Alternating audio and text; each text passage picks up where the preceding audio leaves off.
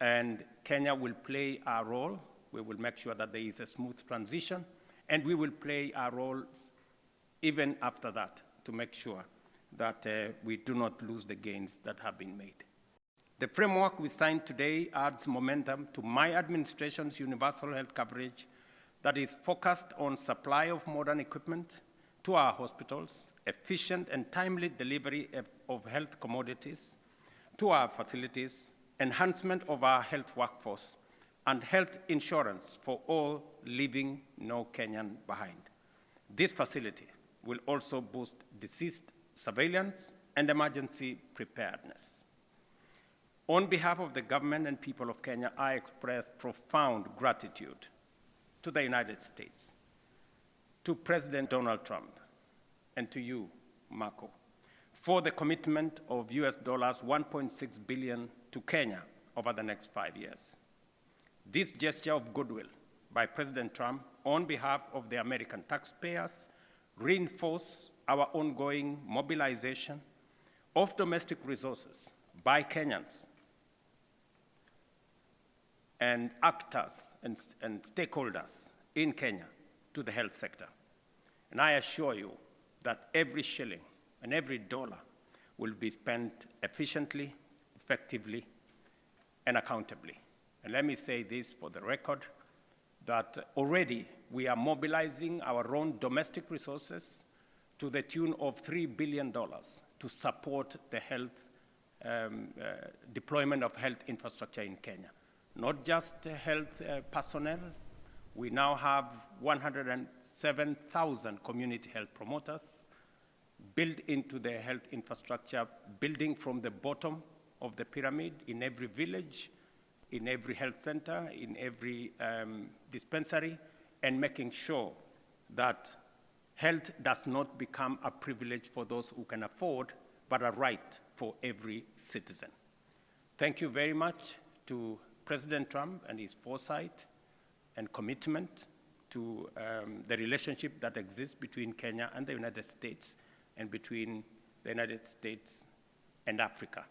And let me say this, that as we signed this agreement, the first one ever, we don't take it for granted that many officials have spent many hours in putting this together. I want to commend them, both from the United States and from Kenya, so that we can do the easy job, me and Marco here, to do the final seeing of this agreement. Today we're here also participating in one of the most consequential and historic signing in ceremonies in the next event on Eastern DRC that will see stability, peace, and progress achieved as a result of the bringing together of the various teams and creating an ecosystem where our region, the East African region, we can unlock the potential that comes out of the peace and stability that we envisage and encourage all actors that we work together towards the success of what President Trump has put together. Thank you very much. Thank you very much. Let me also commit that Kenya will continue to be available in Haiti to do what we can to ensure that the experience we have gathered over the last couple of months, running into 2 years now, will be of benefit to the gang suppression force. I did promise that we are not going to walk away from Haiti, and I want to say that Kenya would not have succeeded in Haiti if it were not for the support, the friendship, and the partnership of the United States.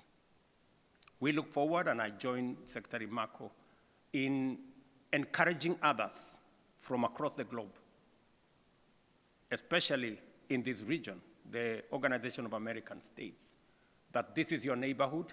If they can step forward with personnel, with resources, with equipment, with funding, we can all contribute to helping humanity in Haiti. To announce the first signing that we're going to have with the first country in the world on our America First Global Health Strategy. And I want to, for members of the press and the public that will learn about this through you, walk a little bit, very briefly, into exactly what the thinking is. The United States has spent billions of dollars over the years in helping with health strategies all across the world. What we learned over time, and especially after coming here, is that oftentimes, and I'm oversimplifying it, but this is an accurate description, what would happen is we would go to a country and say, we're going to help you with your health care needs. Then we would drive over to Northern Virginia somewhere, find an NGO, one of these organizations, give them all the money, tell them go to this country and do their health care program for them. That NGO would then take about some percentage of that money for their overhead and administrative costs.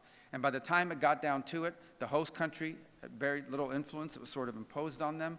And only a percentage of the overall money ever actually reached the patients and the people on the ground that we were trying to help because of these costs. This makes no sense.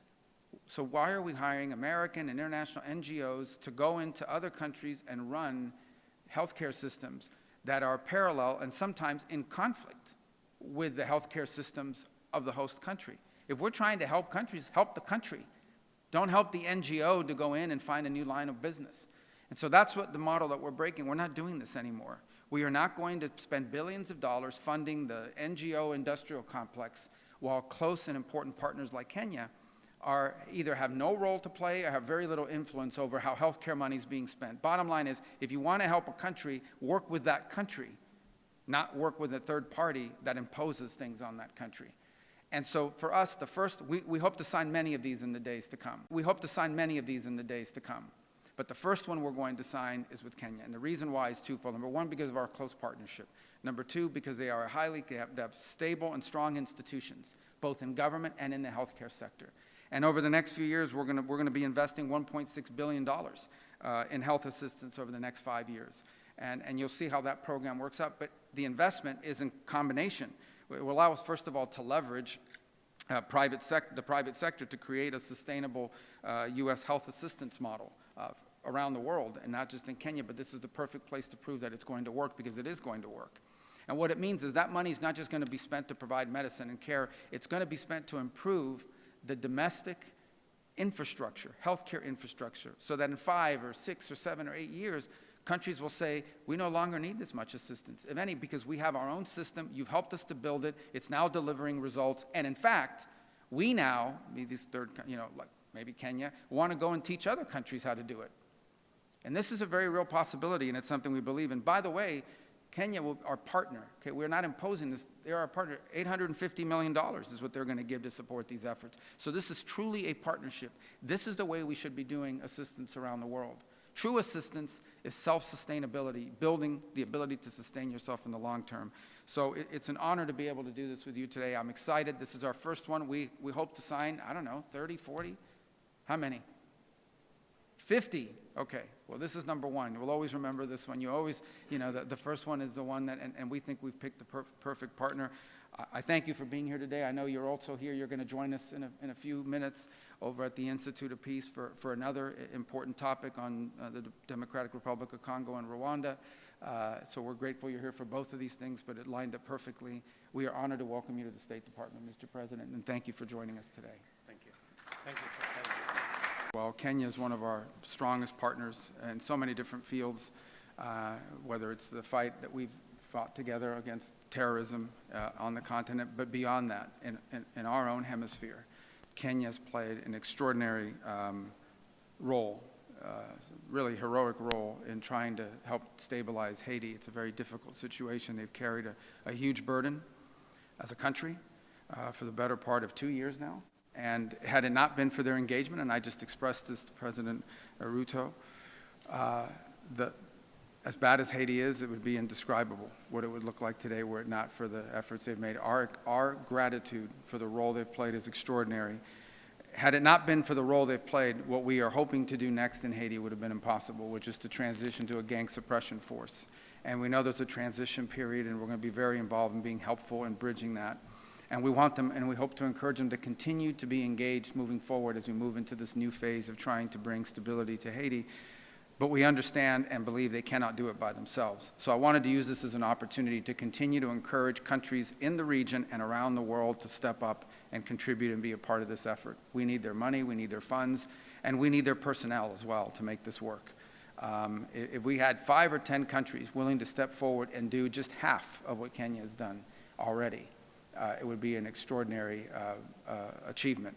And we hope that that will happen. It needs to happen. If we're serious about it, it needs to happen. Everybody likes to have press conferences and put out statements about how terrible the situation is in Haiti. It's time to do something about it. And I particularly point to the countries in our hemisphere, in the Western Hemisphere, in the Caribbean basin and beyond, that we need to step up in this hemisphere and do more. The United States will continue to do its part. But I just wanted to express again our gratitude.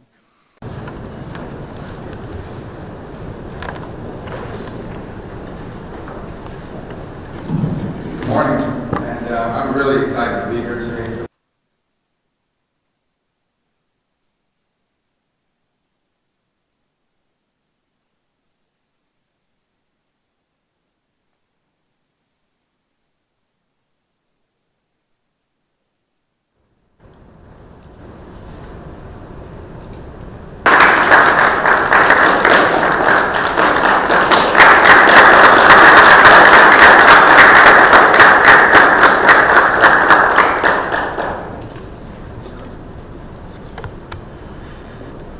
Congratulations again. Yes.